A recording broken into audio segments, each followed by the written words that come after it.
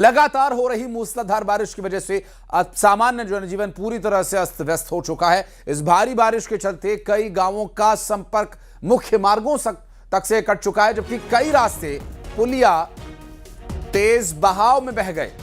आपको बता दें कि हिरवाह कन्वेयर पचौर मार्ग पर पुलिस लाइन पुल के पास पानी का तेज बहाव, जिसकी वजह से हाल ही में बनी एक पुलिया सड़क का एक बड़ा हिस्सा बह गए। वहीं हवाई पट्टी सिंगरौलिया के आसपास कई रिहायशी इलाकों में बाढ़ के से हालात हैं। घरों में पानी घुसने से लोगों को नुकसान हो रहा है, चुनौतियों का सामना करना पड़ रहा है। हालातों को देखते हुए जिला प्रशासन ने सभी सरकारी और निजी स्कूल्स बंद रखने के आदेश दिए हैं। प्रशासन ने लोगों से उफनते नदी नालों, पुल पुलिया को पार न करने की अपील की है।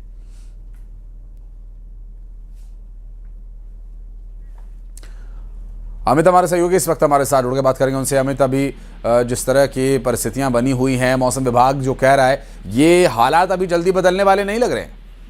दरअसल कल रात में यहाँ पे सिंगरौली में पहली इतनी मूसलाधार बारिश हुई जो यहाँ पे लगभग कई रास्तों का संपर्क टूट गया है। कई रोडें बह गई हैं, जो गाँव को जोड़ती थी, सभी कई रोडें भ्रष्टाचार की वजह से बह गई हैं। और सबसे बड़ी बात कि छोटे बच्चों के स्कूल बंद कर दिए ताकि बच्चे किसी तरह से, क्योंकि लगातार शिकायतें आती है कि बच्चे स्कूल जाते हुए नदी नाली पार करते हैं, तो सभी स्कूलों को बंद कर दिया गया है छोटी 5वीं तक के। और जो भी तिरंगा यात्रा का भी आयोजन किया जा रहा था स्कूलों में, इसको भी तत्काल प्रभाव से बंद कर दिया गया है। हाँ, लेकिन अमित, चूंकि जहां कई सड़क बह जाने की घटनाएं, पुल पुलिया बह जाने की जो घटनाएं सामने आ रही हैं, सामान्य रूप से जो भी आवश्यकता के लिए सामग्रियों की पूर्ति करने के लिए जो वाहन आने जाने वाले हैं, जिसमें दवाइयाँ, दूध या इस तरह की, तो क्या कोई वैकल्पिक मार्ग ढूंढे जा रहे हैं या पानी उतरने का इंतजार करना पड़ेगा? किस तरह से सिस्टम इसके साथ जूझ रहा है अभी? जिला प्रशासन एक्टिव हो गया। सुबह जैसे ही सुबह रात में तो संभव होने सुबह सारी व्यवस्थाओं के साथ वैकल्पिक मार्ग या उस रास्ते को फिर से किसी तरीके से सुचारू रूप से चलाने के लिए कोशिश की जा रही है। और जिला प्रशासन का पूरा अमला और उनकी टीम पूरी हर जगह जहां भी स्थिति खराब हो रही है, स्थिति बनाने की कोशिश की जा रही है। और लगभग ये भी एहतियात बरता जा रहा है कि लोग जो है ना उबलती नदियों में जो जान जोखिम लेके नाला पार करने की कोशिश करें, उनके एहतियातन रूप से रोका जा रहा है कि वो इस तरह की ऐसी गलतियां ना करें जिससे किसी तरह से बड़ी दुर्घटना हो सके। जाहिर है, और मौसम विभाग की तरफ से आप भी आगे आने वाले समय में भी भारी बारिश जारी रहने की संभावना है, तो अमित, आगे परिस्थितियां और चुनौतीपूर्ण हो सकती हैं। आप नजर बनाए रखिएगा। डिटेल्स लेने के लिए फिर लौटेंगे आपके पास। बहुत शुक्रिया। और मध्य प्रदेश में मॉनसून का स्ट्रॉन्ग सिस्टम एक बार फिर से एक्टिव हो चुका है। 12 जिलों के लिए भारी बारिश का अलर्ट जारी किया गया। सागर, रीवा, जबलपुर समेत पूर्वी मध्य प्रदेश में तेज बारिश अगले 4 से 5 दिन तक जारी रहने वाली है और 4 इंच तक बारिश होने के आसार हैं। वहीं बे ऑफ बंगाल यानी बंगाल की खाड़ी में बना हुआ low pressure system Madhya Pradesh में असर डाल सकता है और अब तक 20.7 इंच तक बारिश यहां हो चुकी है। सामान्य से ये 2.8 इंच कम बारिश हुई है, तो ये हाल है। अब आप अंदाजा लगा लीजिए, अगर ये सामान्य बारिश हुई होती तो किस तरह की असामान्य परिस्थितियां यहां उत्पन्न हो सकती थी, क्योंकि इसके पीछे कारण ये भी माना जा रहा है, अगर आम बोलचाल की भाषा में इसे बताएं तो कम समय में अधिक बारिश हो जाना ये एक समस्या है। और जाहिर है, जिस तरह का क्लाइमेट चेंज, जिस तरह का ग्लोबली क्लाइमेट चेंज हम फेस कर रहे हैं, उसकी वजह से भी ये परिवर्तन कारण माना जा सकता है। हालांकि अगले 4 दिन किस तरह से रहने वाले हैं, क्योंकि 12 जिलों में भारी बारिश को लेकर के अलर्ट जारी किया है, जिसमें सागर, रीवा, जबलपुर समेत मध्य प्रदेश के कई जिले हैं जहां भारी बारिश की वजह से चुनौतियां, परेशानियां बढ़ सकती हैं। और अब तक मध्य प्रदेश में 20.7 इंच तक बारिश हुई है, जबकि आने वाले 24 घंटों में 4 इंच और बारिश हो सकती है।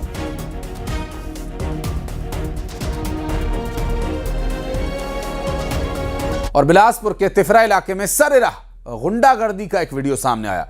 कुछ बदमाश आपस में भिड़ गए, देखते ही देखते मारपीट शुरू हो गई और एक दूसरे को लात घूंसों से पीटा। इस पूरी घटना का एक वीडियो भी सोशल मीडिया पर काफी वायरल हो रहा है। वो दरअसल ये वीडियो है जो इस वक्त आपकी स्क्रीन पर हम आपको दिखा रहे हैं। शुरुआती जानकारी के मुताबिक ये मामला आपसी विवाद का बताया जा रहा है। फिलहाल वायरल वीडियो के आधार पर पुलिस मामले की जांच में जुट गई है। वीडियो की पहचान कर और जगह चिन्हित करने के बाद आरोपियों तक पहुंचने का प्रयास रहेगा। तस्वीरें आपको दिखा रहे हैं, बिलासपुर से सामने आया पूरा मामला।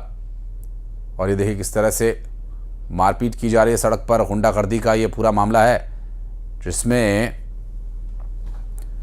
युवक और युवतियां दोनों ही नजर आ रहे हैं।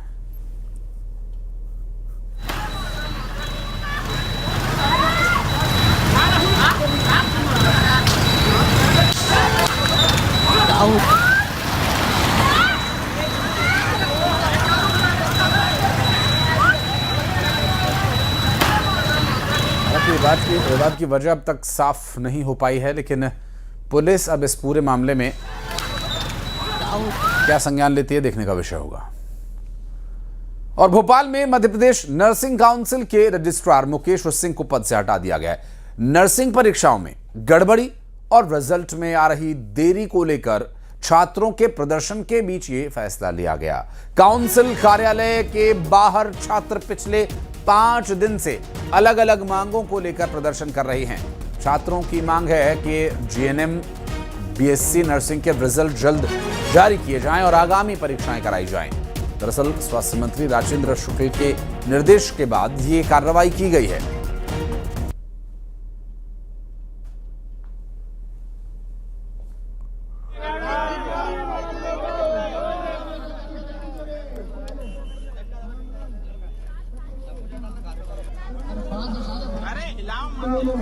नर्सिंग छात्रों की स्कॉलरशिप समेत तमाम जो मांगे हैं इस वक्त हम आपको ग्राफिक्स के माध्यम से दिखा रहे हैं। मेडिकल यूनिवर्सिटी से उनका टाइप हो, अटैच किया जाए उन्हें, फैकल्टी मैनेजमेंट सिस्टम लागू हो और छात्रों के प्रदर्शन के बीच ये एक्शन देखने को मिल रहा है। रजिस्ट्रार मुकेश सिंह पर गाजगिरी है और अब देखना ये होगा कि क्या कोई नई नियुक्ति इस पद पर होती है और नए आने वाले अधिकारी किस तरह से इस समस्या का हल निकालते हैं। और अभी चूंकि ऐसे बहुत सारे छात्र छात्रा हैं जो नर्सिंग एग्जाम दे चुके हैं लेकिन उनके रिजल्ट्स नहीं आ रहे। और शिवकांत हमारे साथ, हमारे सहयोगी इस वक्त जुड़ गए हैं। शिवकांत, नर्सिंग काउंसिल के रजिस्ट्रार मुकेश सिंह के अलावा भी क्या कोई लोग हैं जिन पर गाज गिर सकती है? किस तरह की परिस्थितियां भी बनी हुई हैं?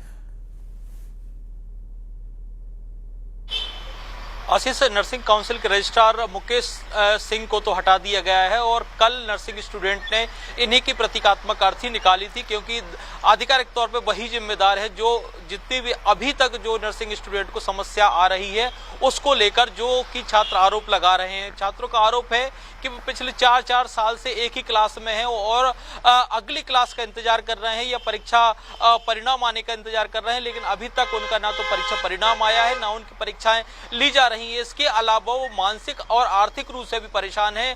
कई स्टूडेंट ऐसे हैं जो ना तो उनकी जॉब लग पा रही है, कुछ जो खासतौर से जो छात्राएं हैं उनको ज्यादा परेशानी का सामना करना पड़ा है और इसी मांग को लेकर वो लगातार 4 साल से अलग अलग डिपार्टमेंट में गए, अलग अलग प्रशासनिक अधिकारियों से, मंत्री से मुलाकात की, तब जाकर अब नर्सिंग काउंसिल ऑफिस के सामने पिछले 5 दिन से धरने पर बैठे हुए हैं और अलग अलग तरीके से उन्होंने विरोध भी जताया था। अगर हम परसों की ही बात करें तो वो एक बिल्डिंग पर चढ़कर आत्मदाह की भी उन्होंने धमकी दी। इसके एक दिन पहले उन्होंने रजिस्टर का जो रजिस्ट्रार होता है उनके ऊपर पैसों के न्यौछावर किए ताकि अगर पैसे की कमी है तो पैसे ले लीजिए।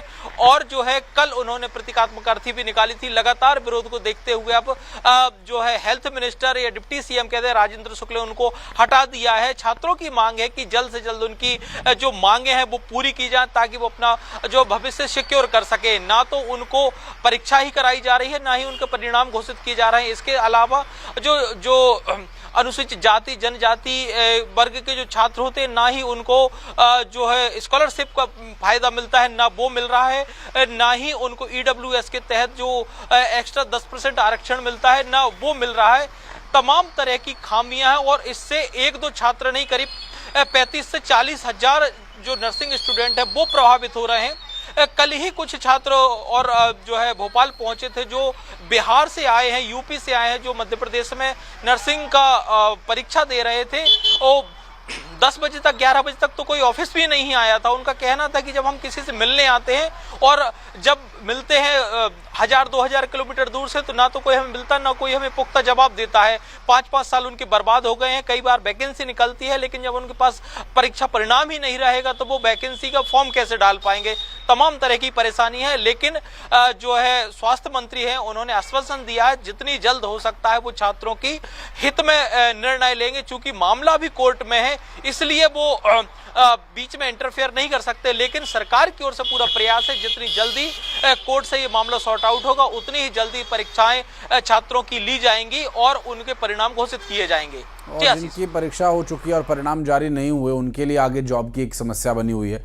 बहरहाल अब देखना ये होगा कि अब जो नए पदाधिकारी की यहाँ पर नियुक्ति होगी वो इन चुनौतियों का सामना कैसे करते हैं। बहुत बहुत शुक्रिया शिवकांत आपका इस पूरे मामले पर जानकारी देने के लिए। और बढ़ते हैं आगे, अगली खबर मुरैना से, जहां खाद्य विभाग की 3 डेयरी पर छापेमार कार्रवाई का मामला सामने आया। करीब 182 किलो पनीर, 40 किलो मावा और 45 किलो घी जब्त किया गया। इनके मिलावटी होने की आशंका को लेकर के सैंपल्स ले लिए गए हैं और उन सैंपल्स को जांच के लिए लैब भेज दिया गया है। रिपोर्ट का इंतजार हो रहा है और आगामी त्योहारों के मद्देनजर मिलावटी खाद्य पदार्थों पर कार्रवाई जारी है और मिलावटी सामग्री लोगों तक कहीं पहुंचाई तो नहीं जा रही, कहीं लोगों के स्वास्थ्य से खिलवाड़ तो नहीं हो रहा। ये सब बातों को ध्यान में रखते हुए ये एक्शन लिए जा रहे हैं। देखिए, घी, मावा, पनीर और दुग्ध पदार्थ जो जिनसे कि मिठाइयाँ और अन्य त्योहारों पर इस्तेमाल होने वाले पकवान बनाए जाते हैं उनको जांचा जा रहा है ताकि लोगों तक साफ, शुद्ध और खाने योग्य खाद्य सामग्री पहुंचे। त्योहारों में स्वास्थ्य पर उसका असर न पड़े, त्योहारों की मिठास बनी रहे। और मुख्यमंत्री डॉक्टर मोहन यादव की सख्ती के बाद मध्य प्रदेश में मिलावटखोरों पर खाद्य विभाग का शिकंजा अब और कसता जा रहा है। उज्जैन में टीम ने अलग अलग दुकानों पर छापेमार कार्रवाई कर करीब 5.5 लाख रुपए का पनीर, मावा और घी जब्त किया। पालीवाल डेयरी से 33 किलो पनीर, 80 किलो मावा, जबकि 2 दुकानों से करीब 876 किलो देसी घी जब्त किया गया। पनीर के नकली होने की आशंका है, जिसके सैंपल्स जांच के लिए भेज दिए गए हैं। तो वहीं भिंड के गोहद में एक घर से 31 टिन संदिग्ध घी जब्त किया गया। इसके अलावा मालनपुर आटा फैक्ट्री से भी सैंपल्स लिए गए हैं और सभी सैंपल्स की जांच रिपोर्ट के बाद आगे की कार्रवाई होगी। खाद्य विभाग ने लोगों से मिलावटी सामग्री से सावधान रहने की अपील की है।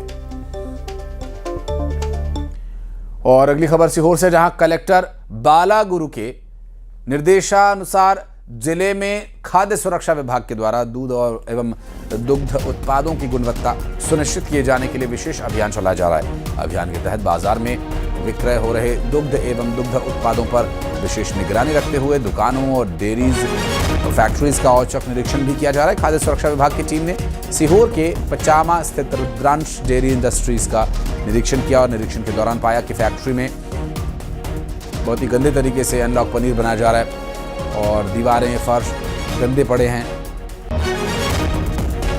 सप्लाई को भी रुकवा दिया गया है। करीब 204 किलो एनालॉग पनीर भी जब्त किया गया, जिसकी अनुमानित कीमत लगभग 40,800 रुपये बताई जा रही है। उसके साथ ही एनालॉग पनीर का नमूना भी जांच के लिए प्रयोगशाला भेजा गया है। उल्लेखनीय यह है कि खाद्य सुरक्षा प्रशासन के आदेशानुसार संपूर्ण प्रदेश में एनालॉग पनीर का निर्माण, संग्रहण और विक्रय पूरी तरह से प्रतिबंध किया गया है। ये कार्रवाई खाद्य सुरक्षा अधिकारी एडलीन पन्ना और दीपाली कांगे सहित खाद्य सुरक्षा विभाग की टीम के द्वारा की गई।